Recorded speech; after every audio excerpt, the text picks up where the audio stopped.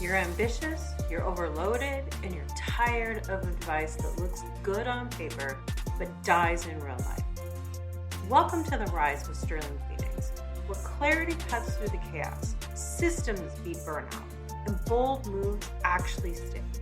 Different tracks, different angles, one mission to help you rise in your turn. Let's get into it. Everywhere you turn, people are selling the same story. Work harder, grind longer, sacrifice more. And if you collapse under the weight of all, well, that's on you.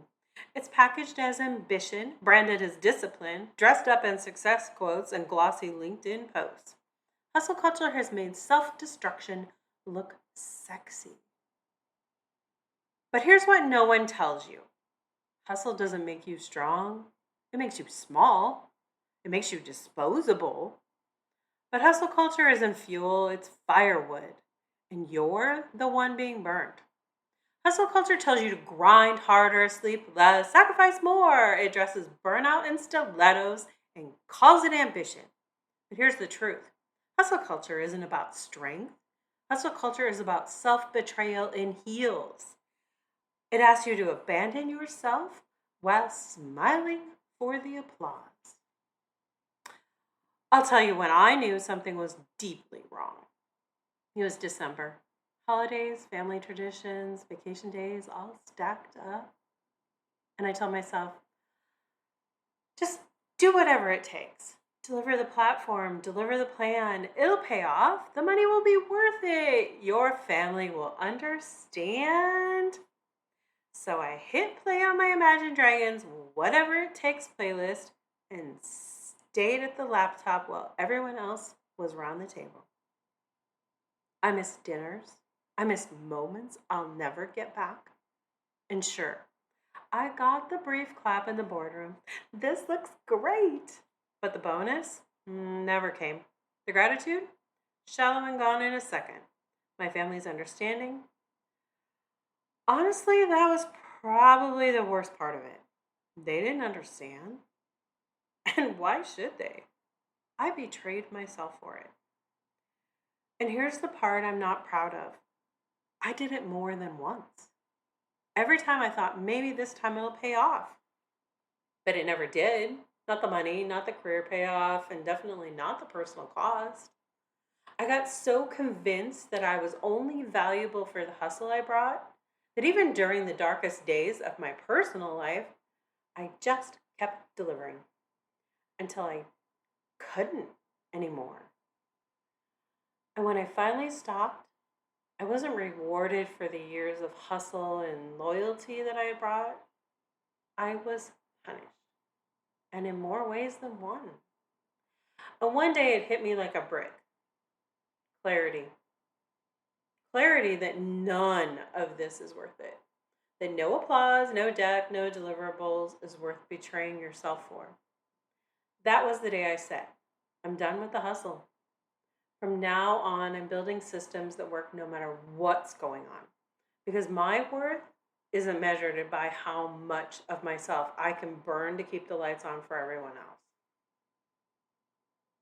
Hustle culture doesn't just exhaust you. It cons you. It sells you 3 great big lies. And if you've ever believed them, you know the cost. Lie number 1. Hustle equals value. We're told the more hours you put in, the more valuable you are. Stay late, log in on weekends, answer emails at midnight, because that shows us how committed you are. But here's the truth. Hours are cheap. Decisions are valuable. Results are valuable. Clarity is valuable. You can grind 12 hours chasing noise, or you can work 2 hours on what matters and move mountains. Hustle tries to measure your worth by exhaustion, but exhaustion isn't proof of value. It's just proof of self-betrayal. Line number 2, hustle equals loyalty. I know you've heard this one. Give everything, sacrifice everything. The company will take care of you. So you cancel vacations, You miss milestones, you sacrifice yourself, your health, your relationships, because you think your loyalty will be rewarded. But here's the truth. Companies will cheer you on for bleeding for them and then replace you without hesitation. They'll take the best years of your energy and clap when you deliver and then move on the second you can. Loyalty isn't in the hustle. Loyalty is in clarity, knowing who you serve, what really matters, and what's worth sacrificing for. Line number 3. Hustle equals power. Hustle whispers, the harder you push, the more unstoppable you'll be. That's how you get the edge. That's how you win. But here's the truth. Hustle doesn't make you powerful. Hustle does make you disposable. The more your worth is tied to how much you can grind, the easier it is for someone else to undercut you. The real power is in systems, in building something that works even when you're not there to push, in clarity, because clarity compounds. Power isn't being the hero who sacrifices everything every day. Power is in being the leader who builds the systems that outlast them. So don't buy the lies. Hustle does not make you valuable. Hustle does not make you loyal, and hustle definitely does not make you powerful. It makes you smaller, weaker, and way easier to use. And the cost? Well, it'll always be more than you thought you'd ever pay. The cost of hustle isn't just exhaustion. It's the surface level story. Oh, I'm tired. I need a vacation. No. The cost goes deeper. It cuts into who you are. First, hustle robs you of your identity. It convinces you that you're only worth what you produce, that your inbox defines your value, that your title is your personality, until one day, you don't even know who you are without the grind. You look at yourself and think, if I'm not producing, if I'm not hustling, do I even matter? Second, hustle breaks trust. Not with your boss, not with your company, with yourself, with your family, with your future. You tell yourself, oh, this is temporary. Just one more project, one more quarter, one more promotion. And then every time you break that promise, you cut another thread of trust. Until one day your kids, your partner, your closest people stop believing in you. And maybe worse, you stop believing in yourself. Third, hustle destroys legacy. Because hustle builds things that collapse the moment you stop showing up. If everything depends on you working harder, nothing you built survives without you. And that's not a legacy. That's just slavery. That's why hustle culture is so dangerous. It doesn't just take your time, it takes your future. Hustle culture steals your tomorrow to fund someone else's today. So, what do you do instead? You flip the script, because the opposite of hustle isn't laziness. It isn't giving up. It's simply clarity. When hustle says do more, clarity says do what matters most. And that's the difference between being busy and being effective. Hustle keeps you running on a treadmill, burning calories, sweating through your clothes, but never really moving forward.